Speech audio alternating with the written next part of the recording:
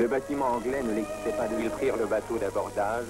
Les soldats anglais n'aimaient visiblement pas ce genre de mission et étaient soulagés lorsqu'ils n'avaient pas à combattre les réfugiés des armées. We could afford to confront the British openly and to present the real tragedy of the Jewish people and the moral strength of that struggle in the eyes of the world quite clearly and openly. I believe the calculation was quite right. Developments were tragic, of course. Many people paid for it with their lives. But I believe it broke eventually this really inexplicable attitude of disinterest and coldness to the survivors of Hitler. After being entered by the Navy, the illegal immigrant ship Exodus 1947 entered Haifa harbor under escort. As the President Warfield, the vessel had done good war service. But now she had on board some 5,000 Jews who'd hoped to enter Palestine illegally. When she was boarded at sea by the Navy, a fierce battle was fought on her decks, resulting in many casualties on both sides. In fact, there were 4,500 refugees on Exodus, and 3 Jews were killed.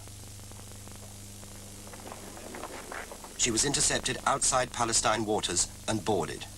In the end, gas and machine guns were used. Exodus was rammed. There was terror. People were crying, yelling. There was much excitement and I would say much fear. Boarding party went on board the Exodus from the destroyer. As far as I remember, perhaps about 4 dozen of us, 50 of us. Grappling hooks were thrown over. We scrambled over the wires onto the Exodus. They had barbed wire on the Exodus, or the President Warfield as we knew it then. And our instructions were to take the bridge, of course, and take the engine room, and in effect to take command of the ship. And all the time the destroyers banging, hitting the ship, pieces of wood falling into the sea. It was a very terrifying experience. From our side, there were used water hoses and 2-gallon tins of tomato juice. And to the credit of the British should be said that the first boarding party went only armed with sticks. The shots came later.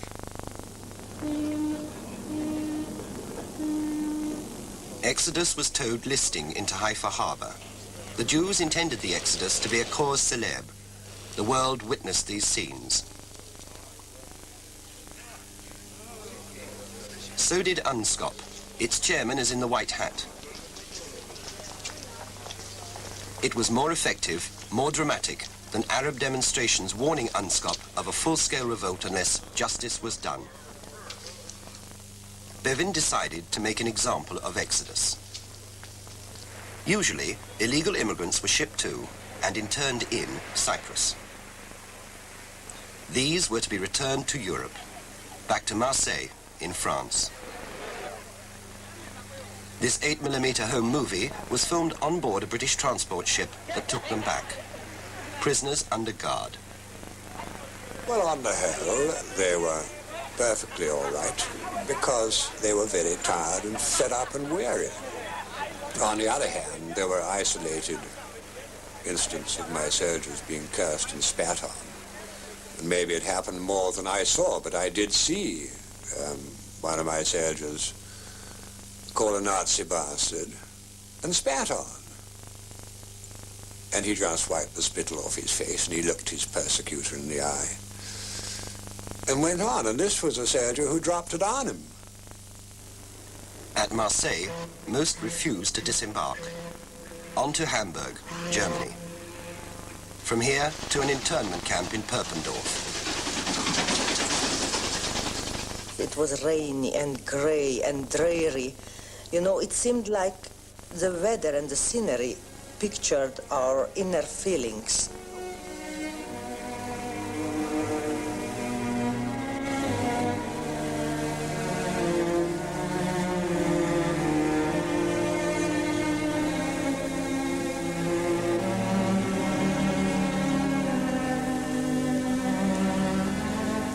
It seemed the circle has closed, that it is the end of the road, and there is no way out of it.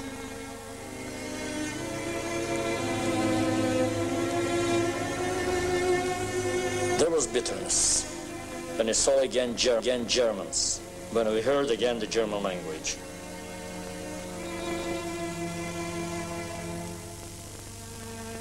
Here I found myself behind the iron bars while I saw the Germans walking around free.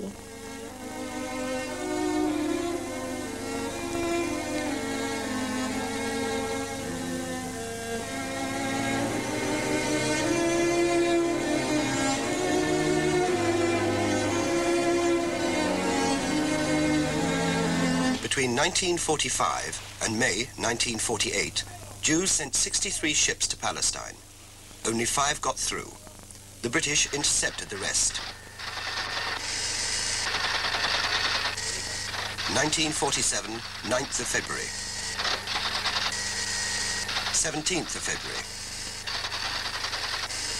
15th of April. 17th of May.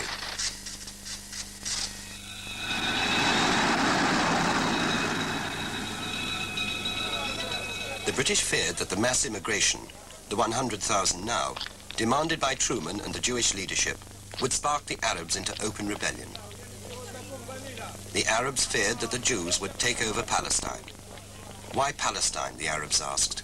Why only Palestine? Surely it wasn't beyond the resources of the United States or the Dominions if the issue was one of relief to admit these people into their countries. But from the Zionist point of view, the issue was not relief, not specific, not overriding the relief. In fact, not relief at all at this point. The issue was to denounce the British administration in Palestine, to show how iniquitous the white paper policy was, since it seemed to prevent these wretched survivors of the gas chambers from reaching their only hope of salvation. Or why was it their only hope of salvation? Why couldn't they have gone to the States? UNSCOP in Palestine. Because it was to consider the Palestine problem in the context of the refugee problem in Europe, it was boycotted by the Arabs. Jewish terrorism continued. Jerusalem, 1st of March, 1947. Tel Aviv and Jerusalem, 2nd of March. 31st of March, 4-day blaze. 22nd of April.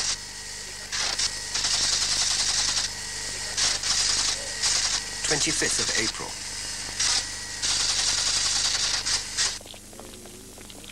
The Jews sought to impress UNSCOP with their achievements. Here, the committee visits the Hebrew University. Before the committee, the Jews argued for partition. There was no other way of resolving the Palestine impasse but to partition the country, which they had hinted at in 1946, and then they said it outright in 1947 to UNSCOP.